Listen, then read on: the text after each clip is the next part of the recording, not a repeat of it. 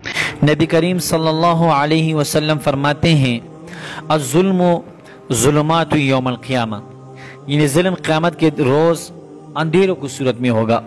अब किस तरह ज़ुल्म जो है वो क़यामत के दिन अंधेरों की सूरत में होगा? ज़ालिम क़यामत के दिन तारीकी में होगा, ज़ुल्म करने वाला।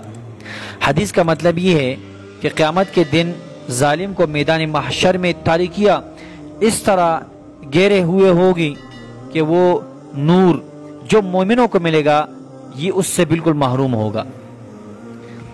एक बात तो ये है, जिस तरह अल्लाह ताला फरमाते हैं नूरुहुम यस्आ बैन अयदीहिम व बिअयमानिहिम, क़यामत के दिन मोमिनों के लिए नूर उनके आगे दाएं तरफ दौड़ता होगा और वो लोग इसकी रोशनी में अपने मंजिल मकसूद यानी जन्नत तक पहुँचेंगे। सुबहान अल्लाह।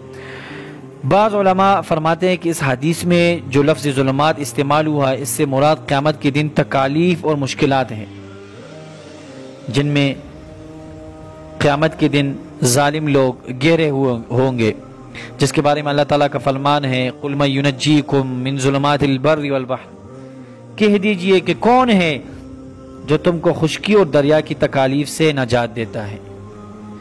कितनी बड़ी बात है, कितनी ख़तरनाक बात है।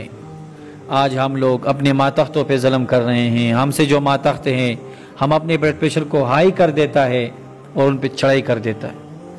हमारे उस्ताद कहा करते थे कि मैं तो उस वक़्त मान जाऊंगा जब कोई वडेरे के सामने अपने ब्लड प्रेशर को हाई करे।